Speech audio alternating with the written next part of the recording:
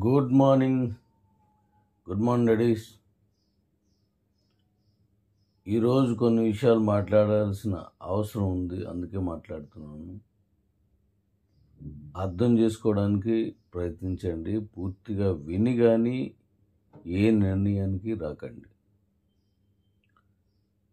పూర్తిగా వినే ఓపిక సమయం ఉంటేనే ఇది కంటిన్యూషన్గా వినండి. లేని పక్షంలో పూర్తి వెనకండి. ఎందుకంటే సగం విని మీరు ఒక నిర్ణయానికి వచ్చి ఏదో అర్థం చేసుకొని ఆవేశంతో ఆలోచనతో ఏదో మీరు నిర్ణయం తీసుకుంటే సరైనటువంటి న్యాయం జరగదు, మీకు కానీ కంపెనీకి కానీ. సరే, సబ్జెక్టులకు వద్దాం. దయించి మొత్తం వినండి అందరూ. ఇప్పుడు మనం కిబోలో ఉన్నటువంటి కాయిన్స్ని మీరు కొనుక్కున్నారు. వాటిని మళ్ళీ మనం బీసీట్లో అమ్ముతున్నాం.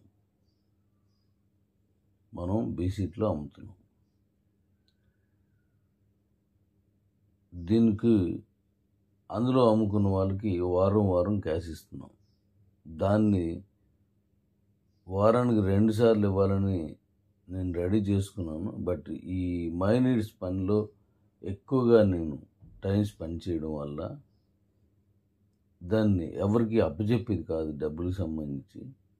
అందువల్ల నేను 2 సార్లు ఇవ్వలేకపోతున్నాను. అయితే మీరు ఒకటి గుర్తుపెట్టుకోవాలి, నేను మాట్లాడిన దానికి మళ్ళీ ట్యాగ్ చేసి ఏదో ఒకటి మాట్లాడడం కరెక్ట్ కాదు. ఒరిజినల్గా మైండ్ పెట్టి ఆలోచించండి. ప్రపంచంలో ఏ కంపెనీ కూడా కాయిన్స్ అమ్ముతుంది, కానీ వాటిని మళ్ళీ వాళ్ళ దగ్గర నుంచి మరొకరికి అమ్మి పెట్టే బాధ్యత తీసుకోదు. ఏదో ఒక ఎక్స్చేంజ్లో ఉంటుంది, కొన్ని ఎక్స్చేంజ్లోనే లేవు.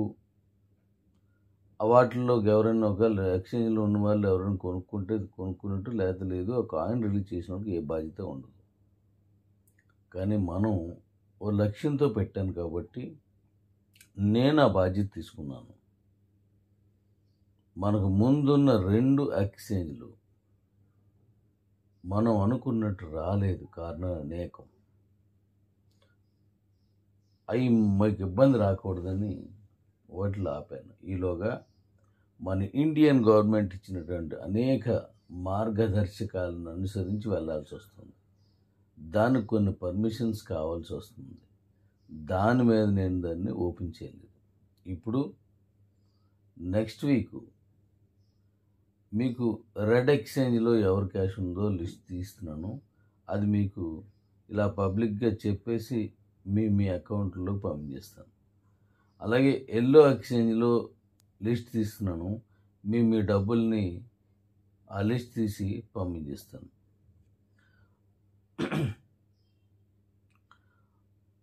అది ఎల్లో ఎక్స్చేంజ్ తాలూకుది పూర్తి వర్క్ అంతా భారత ప్రభుత్వ నిబంధనల ప్రకారం అయిపోయిన తర్వాత మళ్ళీ మీరు క్యాష్ వేసుకోవడం అమ్ముకోవడం చేద్దరు. ఈలోగా మిగతా ఎక్స్చేంజ్లోకి పంపించడానికి ఎన్ని అవకాశం ఉన్నాయో అన్ని నేను ట్రై చేస్తున్నాను. కానీ అది మన భారతదేశం నిబంధనలు లోబడి లేకపోవడం వల్ల కొత్తగా కొన్నింటిని పెట్టలేకపోతున్నాం. పాత వాటిని రన్ చేస్తారు, మరి అనొచ్చు కొన్నింటిని రన్ అవుతున్నాయి కదా అని పాతవి.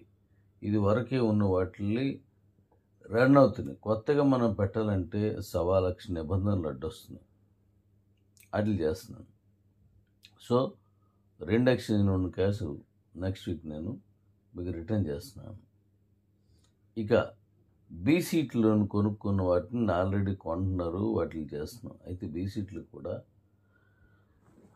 ఎంత పెద్ద కమ్యూనిటీ దగ్గర ఉన్నటువంటి కాయిన్స్ని మళ్ళీ మనం కొనే వాళ్ళని తెస్తే తప్ప ఇక్కడ కూర్చొని మాట్లాడితే అవదు. ఇక్కడ కొనే వాళ్ళని తెచ్చే బాధ్యత నేను మాత్రం తీసుకున్నాను. మనలో కొంతమంది కొనేవాడు రావాలని, కొనేవాడు లేడని, అమ్మకం కాలేదని మాటలు చెప్పడమే కానీ దాన్ని తీసుకురావాలంటే బయట నుంచి రావాలి. ఎందుకు? ఇప్పుడు మీరెవరు కొనేవారి సంఖ్యలో ఉన్నవాళ్ళు కాదు. అందువల్ల నేను మైనీడ్స్ ద్వారా తీసుకొస్తున్నాను. ఇప్పుడు దాని పని మీద నేను చక్కగా వెళ్తున్నాను. కొద్ది రోజుల్లో మళ్ళీ అది ఫుల్ ఫ్లెడ్జ్డ్గా ఇప్పుడు చాలా బాగా వెళ్తుంది. దాంట్లో వచ్చిన వాళ్ళందరూ ఇక్కడ కొంటారు. అక్కడ 50 రూపీస్ అనేది అభివృద్ధి మన కంపెనీ డెవలప్మెంట్ కొరకు నేను ఖర్చు పెడుతున్న కాయిన్స్ అవి. ఆ వచ్చిన డబ్బుతో ఆ గిఫ్ట్స్ కానీ దీనికి ఇస్తున్నాను. ఆ 50 రూపీస్ తప్ప ఇంక ఎక్స్ట్రా ఏం కొనుక్కున్నా బీసీట్లోనే కొనుక్కోవాలి.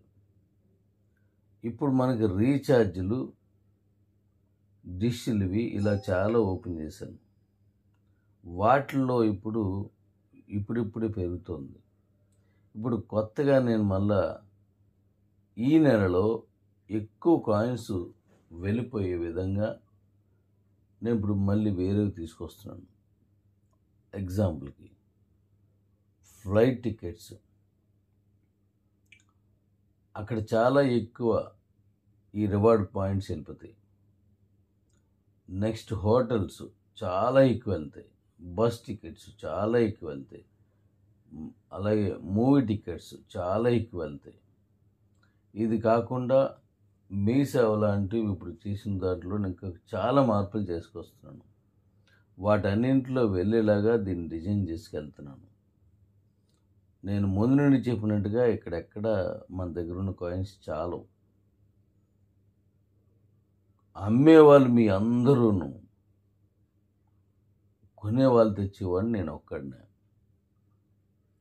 రకరకాల ఉద్దేశాలతో, రకరకాల అవసరాల నిమిత్తం మీలో చాలామంది వేరే వేరే కంపెనీలకు వెళ్ళడం జరిగింది. తప్పలేదు. జీవిత పోరాటంలో, జీవన ఆరాటంలో, కుటుంబ